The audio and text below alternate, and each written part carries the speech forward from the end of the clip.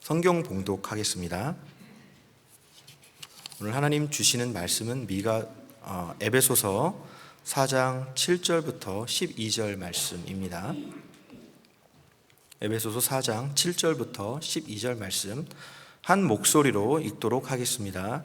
우리 각 사람에게 그리스도의 선물의 분량대로 은혜를 주셨나니 그러므로 이르기를 그가 위로 올라가실 때에 사로잡혔던 자들을 사로잡으시고 사람들에게 선물을 주셨다 하였도다. 올라가셨다 하였은즉 땅 아래 낮은 곳으로 내리셨던 것이 아니면 무엇이냐. 내리셨던 그가 곧 모든 하늘 위에 오르신 자니 이는 만물을 충만하게 하려 하심이라. 그가 어떤 사람은 사도로, 어떤 사람은 선지자로, 어떤 사람은 복음 전하는 자로, 어떤 사람은 목사와 교사로 삼으셨으니 이는 성도를 온전하게 하여 봉사의 일을 하게 하며 그리스도의 몸을 세우려 하심이라. 아멘. 네, 오늘 2부 예배 후에 제8회 사무총회를 하게 됩니다. 개인적으로 무척 기쁘고 감사하고 영광스럽게 생각합니다. 그래서 오늘 설교 말씀은 올해를 중심으로 지난 그 사역에 대해서 한번 평가해보고 또 하나님께 감사하며 그 다음에 오늘 해당 본문에 대해서 말씀을 전하는 방식으로 설교하고자 합니다.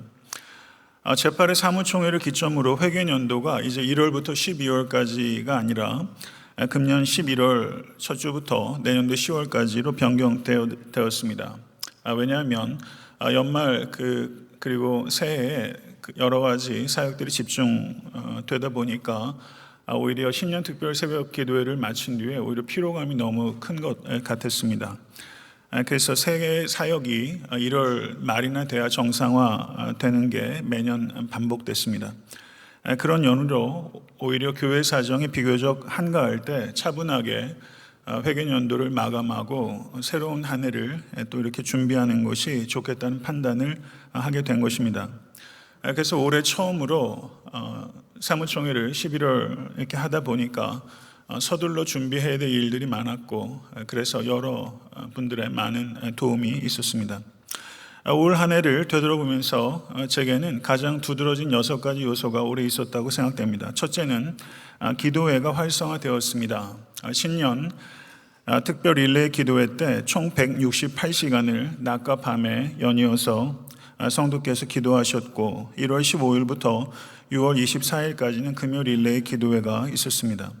그리고 7월 1일부터는 금요 기도회가 송봉주 목사님이 열정적인 인도로 이제 자리를 잡아가고 있고 아마존 선교팀과 파라과이 선교팀을 위해서 뜨거운 중보 기도회가 있었습니다.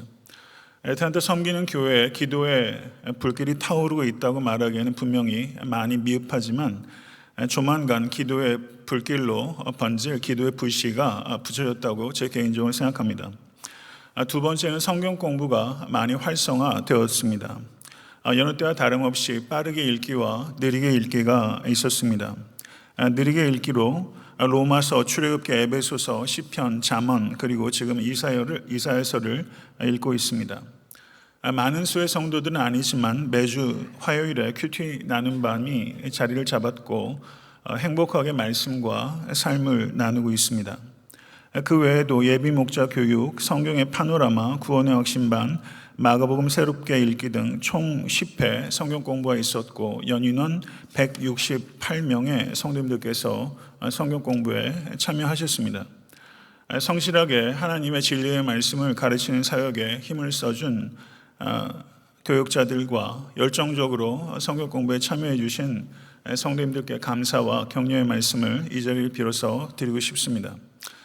세 번째는 선교의 새로운 지평이 열렸습니다. 매년 한 차례 단기 선교를 갔었는데 올해 2차례로 확대됐고 제가 한 차례 현지 목회자 세미나를 섬길 수 있었습니다. 그리고 내년부터는 잘 아시는 대로 아마존에 신학교를 개교할 예정으로 학교 건물을 마무리한 일들을 지금 박차를 가하고 있습니다. 그리고 한국에서 지금 박태윤 선교사 내외가 여러 가지 신학 훈련과 그리고 제반 선교 훈련을 하고 있습니다. 그리고 그 전에 상파울로에서 언어 훈련을 6개월 동안 받기도 했습니다. 네 번째 중요한 요소는 올해 보아스의 집을 개관하였다는 것입니다. 교회에서 20분 거리에 있는 5에이커의 땅에 있는 집을 성도님과 지역사회 지극히 작은 자들의 훈련과 치유와 그리고 안식의 장소로 사용할 수 있게 된 것입니다. 다섯 번째는 형제교회 섬김 및 파송입니다. 5명의 지원자를 작은 교회로 파송해서 예배를 섬기고 또 물질로 섬기도록 하였습니다. 여섯 번째는 청년 예배가 활성화되었습니다. 갈수록 젊은 세대가 교회를 떠나고 있는 시대입니다. 그런데 저희 청년부가 이제 제적 90명의 청년부로 성장했습니다. 이와 같은 양적 성장도 두드러졌지만 무엇보다 순수하고 뜨겁게 예배하고 기도하며 그리고 봉사하는 청년들이 성장하고 있는 것은 교회의 큰 희망이라고 생각됩니다. 제 방에 지난 그 수년 동안 있었던 사무총회 자료들이 있습니다. 보니까 2011년도 거부터 제가 사무총회 자료를 가지고 있더라고요. 그래서 오늘까지 그 모두 5년간의 사무총회 자료를 보았습니다. 2011년도에 계셨던 성도님도 이 자리에 계신 것 같습니다. 2011년도에 정회원이 56명, 2012년도에 89명, 13년도에 139명, 14년도에 276명, 15년도에 449명, 그리고 오늘 제8회 사무총회 정회원이 546명입니다. 그리고 2011년도 사무총회 결산을 보니까 12만 7,542불 88전이었는데 올해 결산이 1월부터 10월까지 합계가 113만 2,454불 87전입니다. 이것을 12개월로 확장해서 보게 되면 올해 총 수입이 12월 기준으로 볼 때 130만 불을 넘기게 되는 것입니다. 그렇다면 5년 동안 교회 성도님의 숫자도 10배가 된 것이고 교회 재정도 10배가 된 것입니다. 놀라운 일이 아닐 수 없습니다. 저는 개인적으로 이 모든 일들은 하나님께서 하신 일이라고 밖에는 설명할 수 없다고 생각합니다. 애타한테 섬기는 교회는 참 많이 부흥했습니다. 그러나 여전히 많은 것들이 미흡한 것도 사실입니다. 그리고 애타한테 섬기는 교회의 가장 미흡한 것은 목사인 저의 미흡함이라고 생각합니다. 이건 괜한 겸양이 아니라 실제 제가 그렇게 느끼고 있습니다. 제가 목회하면서 저는 사실 제 개인적인 성향도 그러하거니와 지나치게 조심스럽게 말해왔습니다.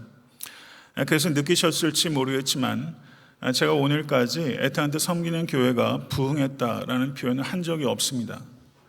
애타한테 섬기는 교회가 하나님의 은혜로 양적 성장을 했다고 표현해왔지 저는 부흥했다는 말을 공식적으로 사용한 적이 한 번도 없습니다.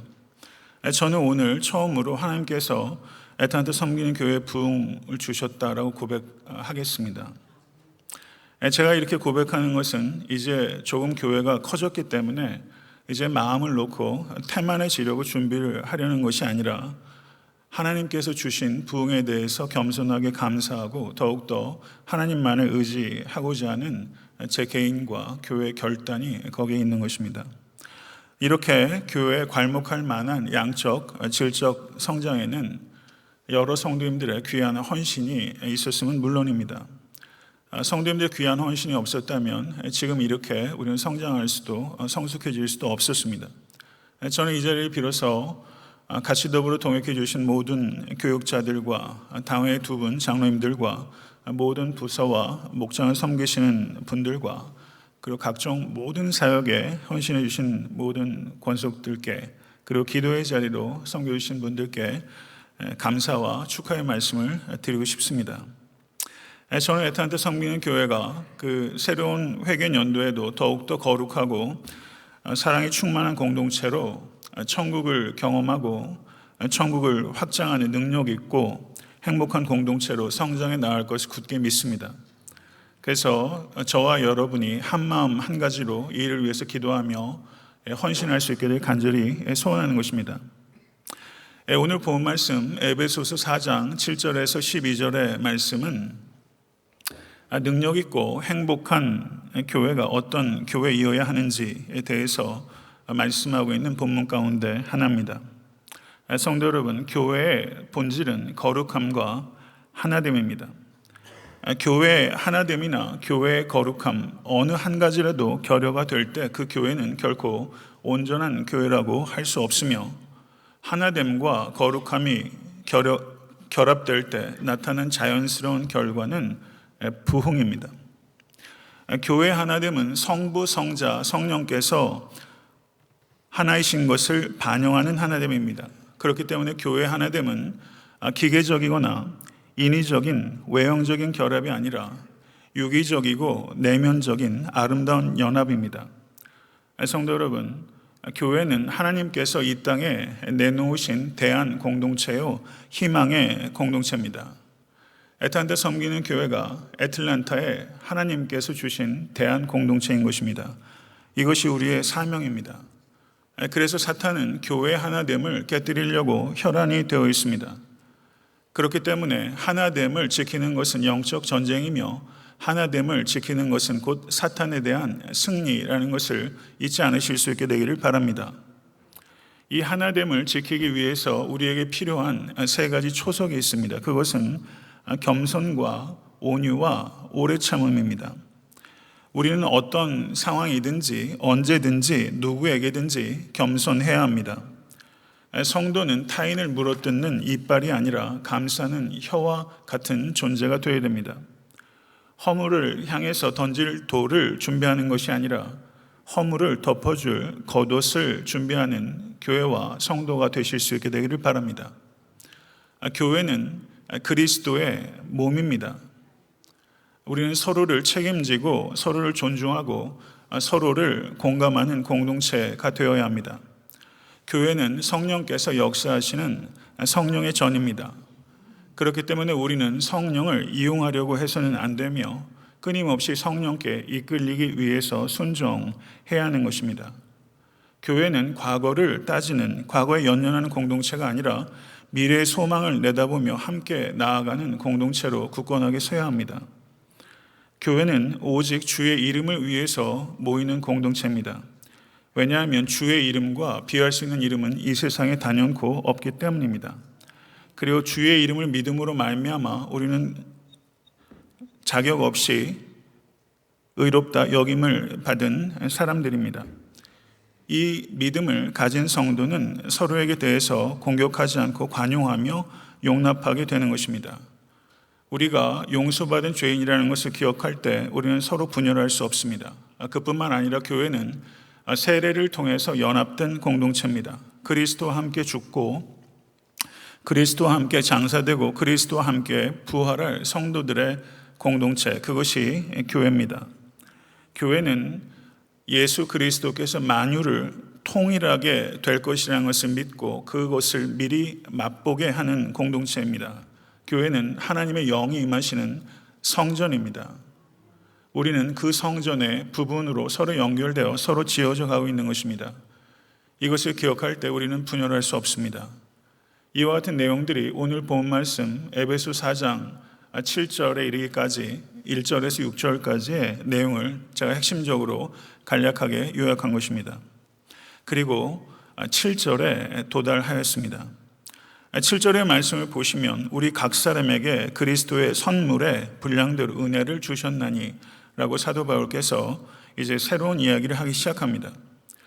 개역 한글과 개역 개정 번역에는 반영되어 있지 않은데 7절에 실제 성경 원어에는 접속사가 있습니다. 그 접속사는 대라는 접속사입니다.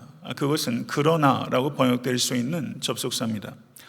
영어 번역에서는 7절 제일 앞에 but이라고 번역이 되어 있습니다. 사도 바울께서 이 대라는 접속사, 그러나라는 접속사를 여기에서 쓴 것은 사도 바울께서 지금 에베소서 4장 1절 16절에서 강조하는 바는 교회의 하나됨의 중요성입니다. 그러나 7절에서 그러나라고 말하면서 이 교회의 하나됨, 교회의 통일성은 획일성이 아니라는 것을 사도 바울께서 강조하기 위해서 그러나라는 접속사를 사용하고 있는 것입니다. 통일성이 다양성을 잃게 되면 교회는 획일화되게 됩니다. 다양성이 통일성을 잃게 되면 교회는 무질서해집니다. 통일성이 없으면 방종으로 전락하게 되고 다양성이 없으면 교회는 활력이 실종됩니다. 사랑하는 성도 여러분, 우리는 그리스도의 몸입니다. 우리는 하나입니다. 그러나 동시에 사도 바울께서는 7절에 우리는 각 사람이라고 말하고 있는 것입니다. 우리는 하나이면서 동시에 각 사람입니다. 교회는 통일적이며 다양한 공동체입니다. 오늘 본문의 7절의 말씀에 그리스도의 선물이라는 표현이 나오고 있습니다. 이것은 은사를 그리스도께서 주신다는 뜻입니다. 그런데 로마서 12장 3절을 보게 되면 은사를 주시는 기원으로서 성부 하나님을 이야기하고 있고, 고린도전서 12장 8절을 보게 되면 은사의 기원으로서 성령 하나님을 이야기하고 있습니다. 제가 세 가지 성경 본문을 들어서 말씀을 드렸지만 종합적으로 보게 되면 은사는 어디서부터 오는가? 그것은 성부, 성자, 성령 하나님으로부터 오는 것이다 라고 은사의 기원을 성경은 밝히고 있습니다. 성삼위일체 하나님께서 은사의 기원입니다. 그리고 은사를 주시는 가장 주도적인 역할을 하시는 이가 성령 하나님입니다. 이것이 은사의 기원에 대한 가장 성경적인 이해입니다. 7절을 보시게 되면 주셨나니라고 표현하고 있습니다. 11절 마지막 부분에도 주셨나니라고 말하고 있습니다. 은사는 성삼위일체 하나님께서 우리에게 선물로 주신 것입니다. 믿으십니까? 그렇기 때문에 선물로 받은 은사 때문에 우리는 교만해져서도 안 되고 시기해서도 안 됩니다. 은사에 대한 바른 태도는 주신 은사에 대해서 감사하고 기쁨으로 공동체를 위해서 사용하는 것입니다. 그리고 성경은 이 은사를 각 사람에게 주셨다라고 말씀하고 있습니다. 각 사람이란 우리 개개인들을 말하는 것입니다. 이 자리에 계신 모든 권속들에게 하나님께서 은사를 주셨습니다. 여러분이 어떻게 느끼든지와 상관없이 이것이 성경의 말씀입니다. 하나님께서 여러분에게 은사를 주셨습니다. 교회의 몇몇 영적 리더들에게만 제한적이고 국한적으로 주신 것이 아니라 모든 믿는 자들에게 하나님께서 은사를 선물로 주셨습니다. 그렇기 때문에 우리에게는 책임이 주어진 것입니다. 우리는 나에게 하나님께서 선물로 주신 은사를 발견하고 그것을 개발하고 그리고 질서 속에서 자유롭고 창의적이고 지혜롭게 사용해야 될 책임이 모든 권속들에게 주어진 것입니다. 올 한해 살아오시면서 그리고 지금까지 신앙생활을 해오시면서 자신의 은사가 무엇인지에 대해서 깊이 생각해 보지 않고 그 은사를 공동체를 위해서 사용해 보신 적이 없으시다면 그것은 매우 아쉬운 일입니다. 이 아쉬움을 내년에는 갖지 않으실 수 있게 되기를 간절히 바랍니다. 8절에서 10절의 내용을 논리적으로 보게 되면 8절에서 10절은 삽입된 것입니다. 무슨 말인고 하니 논리적인 흐름이 7절에서 11절로 가면 매우 자연스럽다는 뜻입니다. 7절에서 사도 바울께서 뭐라고 말씀하십니까? 우리 각 사람에게 그리스도의 선물의 분량대로 은혜를 주셨나니 11절 그가 어떤 사람은 사도로 어떤 사람은 선지자로 어떤 사람은 복음 전하는 자로 어떤 사람은 목사와 교사로 삼으셨으니 7절에서 곧바로 11절을 읽게 되면 논리적인 흐름이 매우 자연스럽고 충분히 의미가 통하는 것입니다. 그렇기 때문에 8절에서 10절은 7절에서 11절로 연결되는 그 사이에 들어간 삽입절입니다. 그러면 여기에서 우리는 질문할 수 있습니다. 왜 사도 바울은 여기에서 8절, 10절을 삽입했는가? 그 이유는 이것입니다. 사도 바울은 그리스도를 너무나 사랑합니다. 그렇기 때문에 사도 바울은 7절에서 우리 각 사람에게 그리스도의 선물의 분량대로 은혜를 주셨나니 은사를 주신 주체가 그리스도이시라는 것을 밝히면서 8절에서 10절 사이에 사도 바울은 이 그리스도에 대하여 갖고 있는 주체할 수 없는 사랑을 표현하지 않고는 견디지 못하는 것입니다. 사도 바울은 그리스도에 대해서 말하는 것을 억제하지 못합니다. 그렇게 그리스도를 사랑하는 것입니다. 그래서 사도 바울은 문장의 흐름을 중단하면서까지 문장의 흐름을 깨뜨리면서까지 사도 바울은 그리스도에 대해서 나누고 싶어 하는 것입니다. 여러분과 저에게 있어야 되는 마음은 이 마음입니다. 이 마음이 우리에게 있어야 됩니다. 그리스도를 말하지 않고는 견딜 수 없는 마음, 너무나 사랑하는 나머지 그리스도에 대해서 억제할 수 없는 감정을 가지고 있는 이 마음, 이것이 사도 바울의 마음이고 여러분과 저의 마음이 되어야 되는 것입니다. 그래서 사도 바울께서는 어떻게 그리스도께서 은사를 우리에게 주시는 기원이 되실 수 있는지에 대해서 8절에서 10절에 밝히고 있는 것입니다. 그러므로 이르기를 그가 위로 올라가실 때에 사로잡힌 자를 사로잡고 사람들에게 선물을 주셨다 하였도다. 올라가셨다 하였은즉 땅 아랫곳으로 내리셨던 것이 아니면 무엇이냐? 내리셨던 그가 곧 모든 하늘 위에 오르신 자니 이는 만물을 충만케 하려 하심이니라. 아멘. 영광스러운 선포입니다. 그러나 해석적으로 자꾸 하나하나를 해석하기에는 상당히 난해한 부분이 있습니다. 저는 오늘 설교하는 논지에 필요한 부분에 대해서만 제한적으로 말하고자 합니다. 사랑하는 성도 여러분, 은혜의 선물인 은사를 주시는 그리스도께서는 육신을 입고 이 땅에 내려오셨다가 하늘로 승천하신 하나님의 아들이십니다. 할렐루야. 믿으십니까? 예수 그리스도가 누구신지에 대해서 여기에서 말씀하고 있습니다. 예수 그리스도는 만물의 머리이십니다. 그리고 예수께서는 만물의 머리이신 예수께서 이 땅에 오셔서 만물의 부족한 것을 채우시고 만물의 잘못된 것을 온전케 하시는 하나님이셨습니다. 이것이 예수께서 하셨던 일이고 또한 그리스도의 몸의 연장인 교회가 하기를 원하시는 것입니다. 예수 그리스도께서 이 땅에 성육신하셨다가 승천하신 하나님이십니다. 그리고 그 주님은 이 땅에 다시 오실 것입니다. 만물의 주인이신 예수께서 만물의 부족한 것을 채우고 만물의 잘못된 것을 온전케 하는 사명을 교회에 위탁하신 것입니다. 만물의 부족한 것을 채우고 만물의 잘못된 것을 온전케 하는 일을 애타한테 섬기는 교회에 위임하신 것입니다. 이것이 교회입니다. 그리고 이 일을 잘 할 수 있기 위해서 그리스도께서 교회에 선물을 주셨는데 그 선물이 사도요, 선지자요, 복음 전하는 자요, 혹은 목사와 교사입니다.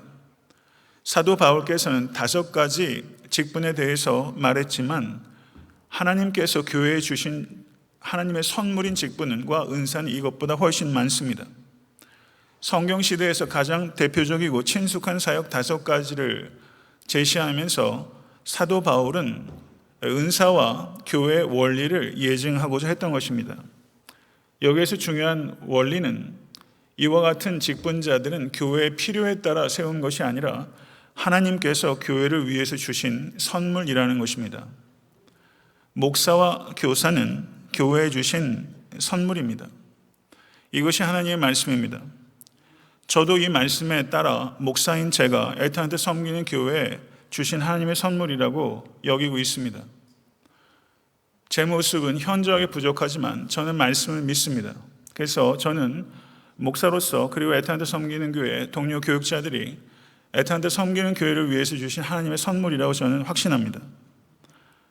제가 소망이 있다면 제가 은퇴한 후에 그 즈음에 누군가가 저희 성도들이 저를 기억하면서 안선홍 목사는 애타한테 섬기는 교회에게 주신 참 좋은 선물이었어 라고 추억할 수 있도록 제 영혼과 삶을 이끌어가는 것이 제 소명이라고 믿습니다. 저는 여러분에게 좋은 추억이 되는 목사가 되고 싶습니다. 좋은 선물이 되려고 하는 목회자가 필요한 시대입니다. 부디 그 길 잘 걸어갈 수 있도록 저와 그리고 교회 모든 교육자들 위해서 중보해 주시기를 간곡하게 부탁드리고 싶습니다. 사도 바울께서 나열하신 여러 은사와 직분들, 신약 성경 전체에 22가지가 있습니다. 그리고 오늘 본문에 5가지가 있습니다. 이 중에서는 지금은 존재하지 않는 직분과 은사도 있습니다. 가령 사도와 선지자는 이제 종료가 된 것입니다. 그리스도의 사도는 예수 그리스도의 12제자와 사도 바울과 야고보 그렇게 종료된 것입니다. 그러나 목사와 교사는 가르치는 사명을 감당하기 위해서 지금도 교회에 주시는 하나님의 선물입니다. 신약 성경이 완성된 이후로 하나님께서는 새로운 계시를 주지 않습니다. 새로운 계시의 통로로 쓰임받는 사람은 없습니다. 오늘날 교회에 현존하는 가르침의 방법은 새로운 계시라는 방법이 아니라 그리스도와 성경 안에서 완성된 계시를 바르고 철저하게 가르치는 일입니다. 그것이 현재 존재하는 가르침의 방식입니다. 하나님의 계시는 완성된 것입니다. 그리고 목회자와 교사에게 주신 사명은 성령을 의지해서 성경 말씀과 그리스도를 깊이 묵상하고 연구하여 성도에게 바르고 참되게 증거하는 것입니다. 그것이 목사에게 주신 거룩한 소명입니다. 목사를 한자어로 쓸 때 칠목자와 스승사자를 씁니다. 그러니까 목사는 결국 목자와 스승의 역할을 하도록 교회에 주신 선물입니다. 그런데 이 두 가지가 다 쉽지 않습니다. 목자의 역할을 하는 것도 스승의 역할을 하는 것도 어렵습니다. 목사라고 번역된 성경 언어가 포이맨이라는 단어인데 이 뜻은 셰퍼드라는 뜻입니다. 목사에게는 양무리를 돌보는 일과 양무리를 가르치는 일이 주어진 것입니다. 이 두 가지가 저에게 주어진 본연의 임무입니다. 저는 앞으로 더욱더 이 두 가지 본연의 임무에 집중할 수 있게 되기를 간절히 바랍니다. 성도 여러분, 교회가 지속적으로 부흥에 가기 위해서 그리고 이 자리에 계신 모든 권속들께서 행복하고 능력 있는 신앙생활을 하기 위해서 가장 중요한 요소 가운데 하나는 목사와 성도와의 관계입니다. 목사와 성도와의 관계에 있어서 비성경적인 관계가 교회 내에 만연합니다. 두 양극단은 교권주의와 반교권주의입니다. 교권주의는 목사와 성도 간의 현격한 차별을 두고 교회와 사역을 마치 목회자의 전유물처럼 생각하고 행동하는 것, 그것이 교권주의입니다. 이 교권주의로 인해서 교회가 많이 멍들었습니다. 그런데 이 교권주의의 폐해에 대해서 지나치게 반발한 나머지 반교권주의도 역시 교회를 어렵게 합니다. 목사를 평가절하하고 목사의 역할 자체를 부인하는 쪽으로 나아가서 반교권주의가 무교권주의로까지 나아가고 있는 것입니다. 우리는 이 양극단을 경계해야 합니다. 성도 여러분, 엄밀하게 말하면 목사와 성도, 목사와 평신도를 구분하는 것은 비성경적입니다. 목사는 성도입니다. 목사와 성도가 구분되는 것이 아니라 목사는 성도 중에서 성도를 섬기도록 부르심을 받은 성도입니다. 그게 목사입니다. 성도를 섬기도록 부르심받은 성도, 그게 목사입니다. 그게 목사의 아이덴티티입니다. 이것을 기억해야 합니다. 저도 성도 중에 있는 것입니다. 그게 제가 누차례 말씀드리지만 저는 성도란 말이 너무나 영광스럽다고 생각합니다. 저는 성도입니다. 고린도전서 3장 22절에 바울이나 아볼로나 게바나 세계나 생명이나 사망이나 지은 것이나 장래 것이나 다 너희의 것이요. 바울이나 아볼로나 게바나 다 너희의 것이다. 이것은 무엇을 의미하는 것입니까? 평신도가 성도가 목사의 것이 아니라 목사가 성도의 것입니다. 목사가 성도의 것입니다. 이것이 성경의 가르침입니다. 달리 말하면 목사는 성도의 종입니다. 이것이 성경의 가르침입니다. 그러나 성도 여러분, 목사는 성도의 종이지만 이 성도의 종인 목사를 생각하실 때 자신의 주관에 따라 목사를 판단해서는 안 됩니다. 각별히 주의해야 합니다. 각별히 주의하셔야 됩니다.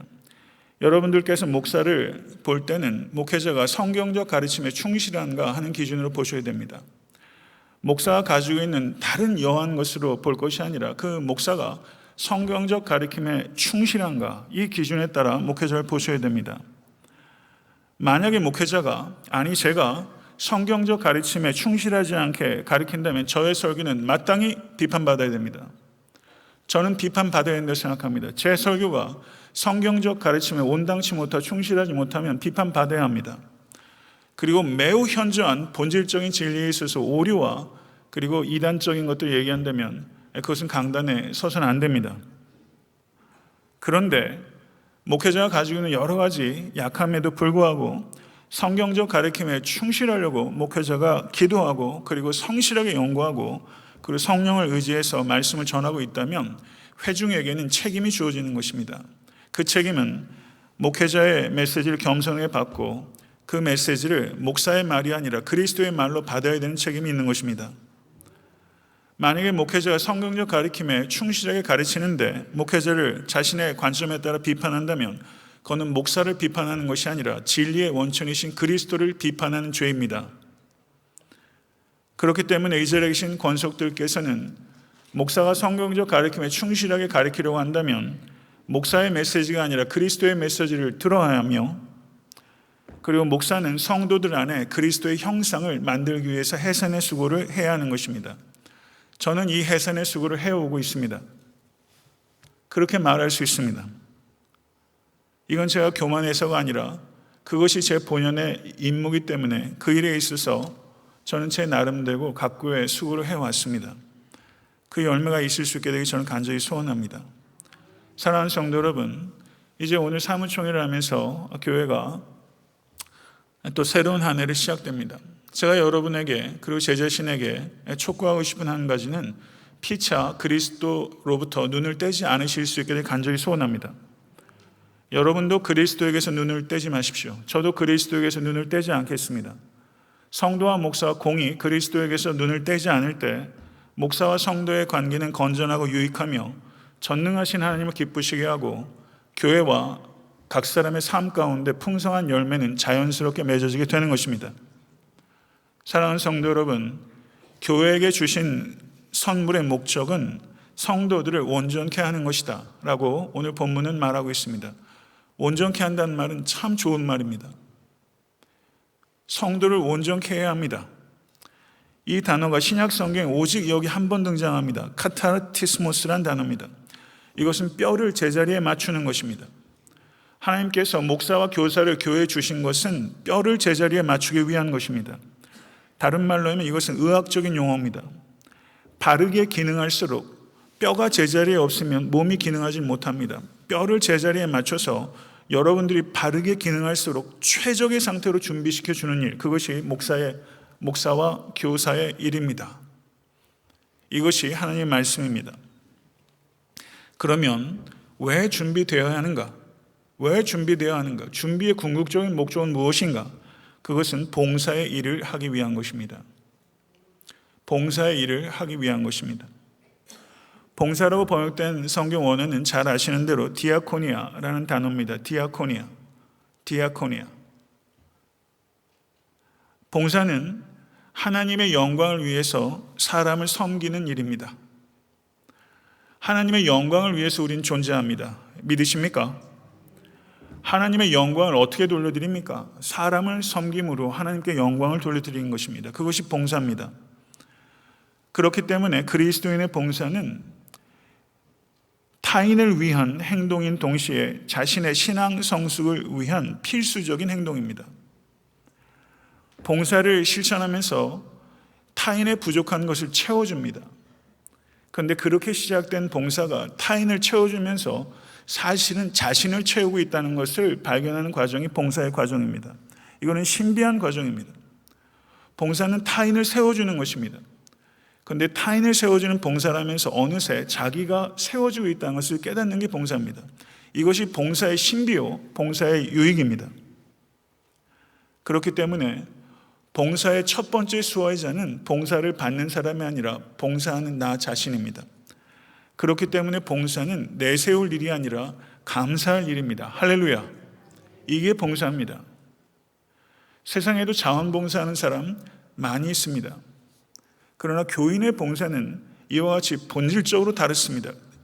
동기도 다르고 궁극적인 목적도 다른 것입니다.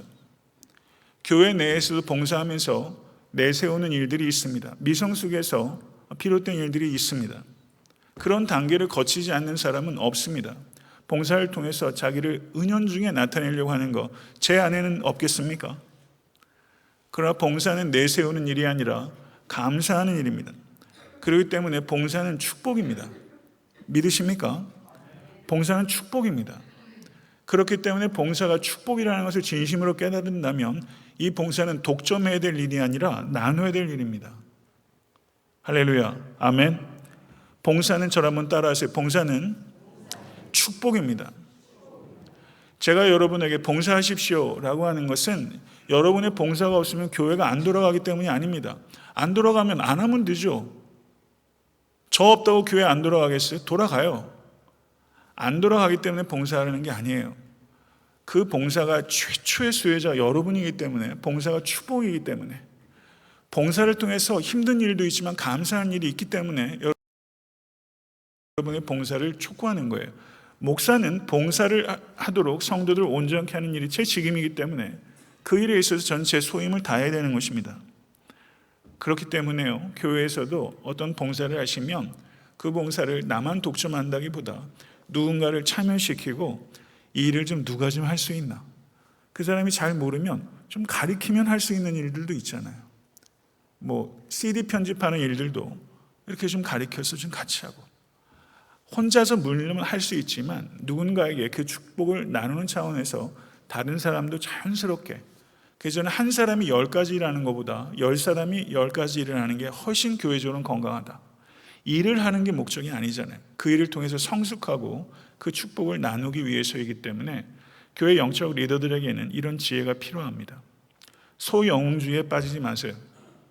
내가 너무 지나치게 많은 일을 한다기보다 가급적이면 할 수 있는 사람을 발굴하고 또한 가리켜서 그 일에 같이 동참할 수 있도록 그와 같은 교회가 되어 나갈 수 있게 되길 간절히 바랍니다. 사랑하는 성도 여러분, 저는 오늘 참 행복합니다. 기쁩니다. 저는 애타한테 섬기는 교회에서 제가 제일 행복한 목사라고 생각해요. 그렇게 생각하는데 나쁠 건 뭐 있어요? 왜 그렇게 생각하겠어요? 저는 정말 좋은 성도와 같이 신앙생활한다고 생각해요. 그래서 저는 행복해요. 여러분도 저 때문에 행복했으면 좋겠어요. 그렇게 노력은 하고 있지만 정말 그런가? 그건 제가 힘써야 될 일입니다. 우리 애타한테 섬기는 교회가 봉사를 해야 합니다. 그러나 이 봉사는 고작 이 1724 애킨슨 로드 이 담장을 못 넘는 봉사라면 이 봉사는 세상에 하등의 유익이 안 됩니다. 이것은 역겨운 것입니다. 우리가 고작 이 담장 안에서만 서로 자전거 돌고 계속 찻바퀴 돌듯이 우리의 봉사가 이 담벼락을 못 넘는다. 그렇게 돼서는 안 됩니다. 우리는 담벼락을 넘고 있습니다. 담장을 넘고 있습니다. 그러나 더 크게 넘어야 됩니다. 교회에서 봉사하는 것은 교회 밖을 봉사하기 위한 훈련입니다. 그래야 참된 의미가 있습니다. 올해 제가 가장 아쉽게 생각하는 게 하나 있습니다. 그것은 제가 시간이 없어서 실제 넘버는 다 체크하지 못했어요. 성경 공부 몇 명 하시는지 다 셌어요. 168명이에요. 중복되는 분도 있어요. 올해 직간접적으로 사역에 참가하신 분들을 다 세보려고 했는데 그 숫자는 못 셌어요. 그런데 저희가 교회 성도들이 늘어나는 숫자에 비해서 봉사하는 일에 참여하는 성도의 숫자는 현저하게 그 비율이 작아요.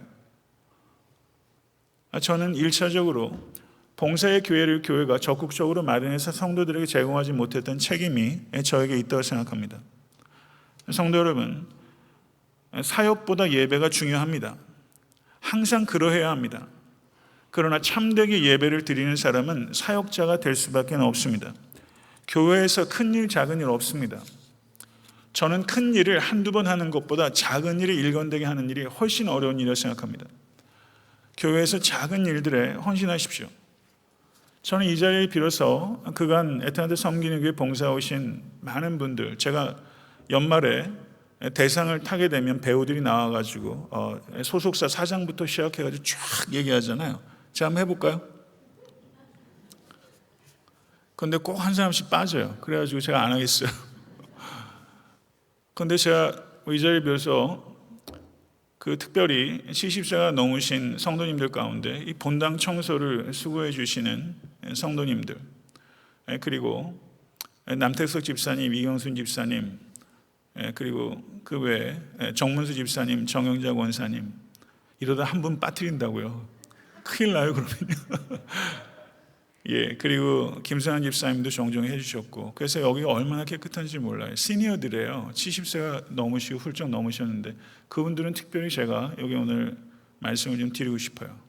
그리고 우리 병영철 권사님, 홍인자 권사님, CD 공장 사장이세요. 한국에서 공장장 해보셨는지 모르겠지만 지금 여기 저희 그 CD 공장 공장장이신데 두 분이 특별히, 다른 분들도 같이 하시지만 다른 분들은 다 일일이 말씀드리지 않고 연로하신 시니어 분들의 봉사에 대해서는 제가 말씀드리고 싶어요. 전 정말 고마워요. 정말 감사해요. 정말 머리 숙여 존경의 말씀을 드리고 싶습니다. 할 수 있는 일들이 있어요. 저 어르신들의 봉사가 우리를 부끄럽게 한다고 생각해요. 말씀을 맺겠습니다. 지난주 최모세 집사님 빠뜨렸습니다. CD 공장. 지난주 설교의 서두에 제가 인용했던 말을 조금 변형해서 말씀드리겠습니다. 저를 한번 따라해 보시겠습니까? 우리가 기다려온 교회는 바로 우리 자신입니다. 다시 한 번만 더 해보겠습니다. 우리가 기다려온 교회는 바로 우리 자신입니다. 페이스북을 보게 되면요, 많은 미국 목회자들, 존 맥카스, 존 파이퍼, 저도 굉장히 개인적으로 그분들 단지 미국 목회자가 아니라 전 세계적으로 미국 전 세계적인 교회의 좋은 리더라고 생각하고, 그분들의 설교와 책들도 제가 시간 날 때마다 참조하고 중요한 이슈에 대한 이야기들도 참조합니다. 그런데 한국 교회와 미국 교회도 굉장히 벤치마킹 많이 합니다. 리거런 목사님 교회, 윌로우 크릭. 전 조금 생각을 달리 해야 된다고 생각하는 부분이 있어요. 저는 벤치마킹하고 어떤 그런 것 배워야 되는 부분들이 있지만, 우리가 기다려온 교회는 우리 자신이 되려고 하는 의지가 전 굉장히 중요하다고 생각해요. 우리가 기다려온 교회는 우리 자신이 되어야 돼요. 제가 만나고 싶은 목사가 있습니다. 그 목사가 바로 내가 되기를 원하는 것입니다. 큰 바의 얼굴이라는 그 얘기도 있잖아요. 내가 정말 보고 싶은 목사가 제가 되고, 내가 정말 만나고 싶은 교회가 우리 교회가 되고 하는 일들이 훨씬 책임 있는 일이라고 생각합니다. 애타한테 섬기는 교회가, 오늘 설교의 제목이 희망의 교회입니다. 근데 저는 설교 제목을 바꿨어요. 저를 한번 따라해 보세요. 희망이 되려는 교회. 다시 한 번만, 희망이 되려는 교회. 그게 맞는 것 같아요. 희망이 되려는 목사, 희망이 되려는 성도. 그럴 때 이 땅은 분명히 바뀝니다. 저도 희망이 되는 목사가 되기 위해서 앞으로 더욱더 겸손하게 노력하겠습니다. 진리와 사랑의 통로가 되기 위해서 더욱더 힘을 쓰겠습니다. 이 자리에 계신 모든 권속들께서도 더욱더 온전해지셔서 오직 여호와 하나님의 이름을 위해서 세상을 크게 섬기시는 그리스도의 군사로 놀랍도록 성장해 가실 수 있게 되길 우리 주 예수 그리스도의 이름으로 간절히 축원합니다. 기도하겠습니다. 할렐루야. 존귀하신 주님, 이 땅에 강림하셨다가 부활 승천하신 예수 그리스도께서 이 세상에 부족한 것을 채우고 잘못된 것을 고치도록 하기 위해서 애타한테 섬기는 교회를 이 땅의 소명으로 선물로 주셨음을 믿습니다. 애타한테 섬기는 교회에 여러 은사와 선물들을 주셔서 지금까지 괄목할 만한 부흥을 이루게 하신 이는 오직 하나님의 은총임을 고백합니다. 하나님께 감사하며 더욱더 깨어 겸손하게 우리의 주신 소명을 감당할 수 있는 모든 권속과 지체가 될 수 있도록 주여 역사해 주시옵소서. 지난 7년여 동안 하나님께서 하신 일들을 생각하며 앞으로 하나님께서 하실 더 큰 일들을 저희들이 기대합니다. 온전한 통로가 될 수 있도록 우리 각 사람과 교회를 붙잡아 주셔서 정결하고 강력한 믿음의 사랑의 공동체로 굳건하게 설 수 있도록 인도하여 주셔서 무생명이 구원을 얻고 많은 이들이 그리스도의 제자로 배출되며 이 땅을 섬기고 열방을 섬기며 악하고 어두운 이 세상의 빛과 소금으로 하나님의 크신 이름을 나타낼 수 있도록 주의 역사에 주시옵소서.